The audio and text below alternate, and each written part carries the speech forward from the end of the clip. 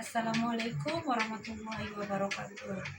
Kenalkan, nama saya Siti Fitrianingsih. Saya prodi PG PAUD.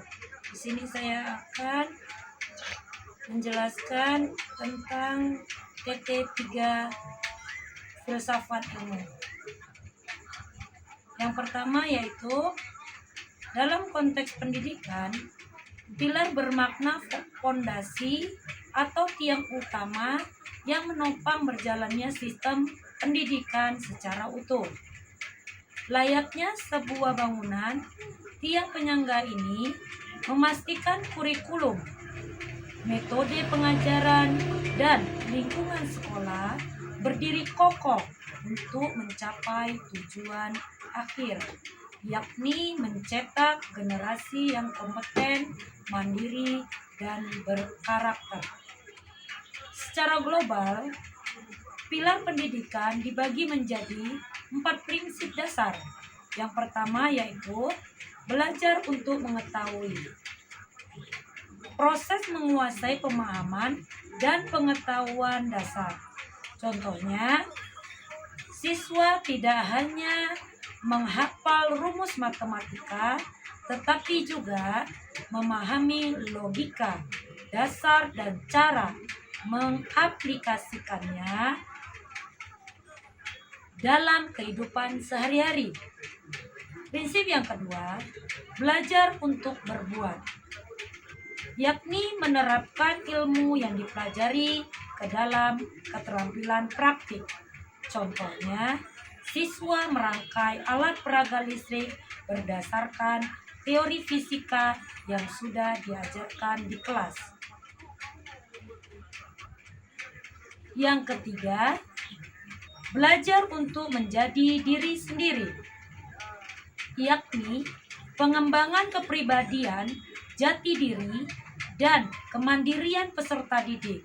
Contohnya, melatih siswa untuk memiliki tanggung jawab, integritas moral, dan kepercayaan diri yang kuat. Prinsip yang keempat yaitu belajar untuk hidup bersama, yakni membangun kemampuan bersosialisasi, toleransi, dan kerjasama dalam bermasyarakat yang majemuk. Contohnya, kegiatan kerja kelompok atau diskusi antar siswa dari berbagai latar belakang budaya untuk mencapai tujuan bersama. Dalam tataran operasional sekolah di Indonesia, pilar juga sering dimaknai sebagai 3 subjek utama, yaitu trisentra pendidikan yang harus berjalan secara harmonis. Yang kedua yaitu pendidikan Ki Hajar Dewantara ing ngarso sung tulodo ing madya mangun karso tutwuri handayani, membentuk 3 peran utama pendidik. Pendidik harus menjadi teladan, membangkitkan semangat, dan memberikan dorongan moral agar siswa mandiri dan berkarakter. Berikut adalah penjabaran rinci dari ketiga prinsip tersebut. Yang pertama yaitu Ingarso Sung Tulodo, yang artinya di depan memberi teladan, yakni sebagai sosok yang digugu dan ditiru, seorang pendidik harus memberikan contoh yang baik dalam tindakan, sikap, dan perkataan sehari-hari.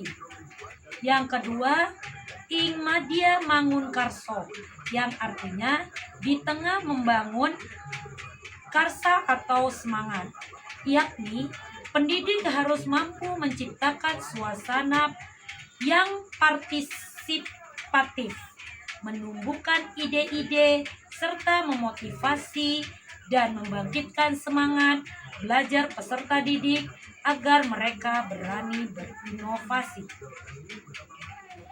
Yang ketiga, tutwuri handayani, yang artinya di belakang memberikan dorongan, yakni pendidik berperan sebagai pendorong atau motivator. Dari belakang, pendidik mengarahkan dan memberikan dukungan penuh agar peserta didik berani berjalan maju dan bertanggung jawab atas pilihannya. Yang ketiga yaitu relevan dalam pembelajaran daring. Konsep sistem AMO atau metode ASA, ASI, dan ASU dan trilogi pendidikan menjadi kompas moral, sementara tantangan utama terletak pada memudarnya sentuhan empati dan risiko hilangnya esensi budi pekerti akibat dominasi teknologi. Analisis relevansi dan tantangan penerapan dalam pembelajaran daring, yaitu yang pertama, Ingarso Sungtulodo menjadi teladan. Konteks daringnya, pendidik harus memberikan contoh konkret dalam pemanfaatan teknologi yang beretika, misalnya disiplin hadir tepat waktu di ruang virtual seperti Zoom atau Google Meet, berpakaian rapi, dan menggunakan bahasa yang santun. Yang kedua yaitu Ing Madya Mangunkarsa, membangun semangat para peserta didik. Konteks daring, pembelajaran daring berpusat pada siswa. Guru merancang ruang kelas virtual yang interaktif menggunakan diskusi kelompok kecil, kuis edukatif seperti kuis atau kahot, dan proyek kolaboratif agar siswa tetap aktif dan termotivasi. Yang ketiga yaitu Tutwuri Handayani, memberikan dorongan. Konteks daringnya, guru bertindak sebagai fasilitator dan motivator saat siswa mengalami kendala jaringan atau kesulitan memahami materi. Guru memberikan bimbingan personal serta dukungan moral tanpa mengekang kebebasan belajar mereka.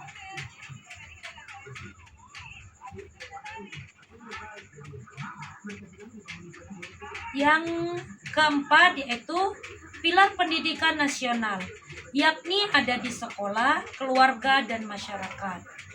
Nah, ketiga sinergi ini menciptakan ekosistem belajar utuh yang melampaui ruang kelas, membentuk manusia mandiri, berkarakter, dan adaptif terhadap perubahan zaman. Penyelesaian persoalan pendidikan nasional melalui pilar-pilar tersebut mencakup beberapa aspek, yaitu pilar keluarga, yakni menjadi fondasi awal pembentukan karakter. Keluarga berperan menanamkan nilai-nilai moral dan kebiasaan belajar sejak dini, membentengi generasi muda dari degradasi moral dan kecanduan negatif di era digital.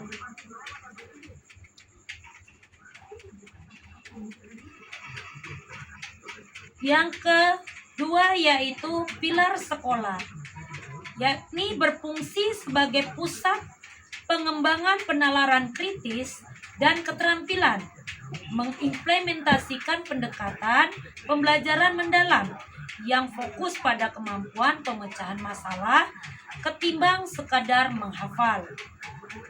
Yang ketiga yaitu pilar masyarakat, yakni menciptakan ruang praktik dan dukungan nyata bagi peserta didik, lingkungan sosial yang kondusif, dunia industri, dan komunitas lokal memastikan ilmu yang dipelajari siswa relevan dengan kebutuhan dunia kerja dan masyarakat. Untuk melihat lebih jauh bagaimana kerangka kerja ini mendukung pendidikan yang holistik, Anda dapat meninjau pedoman pilar pembelajaran menurut UNESCO yang dirancang untuk merespon dinamika global. Terima kasih, itu saja yang dapat saya sampaikan. Wassalamualaikum warahmatullahi wabarakatuh.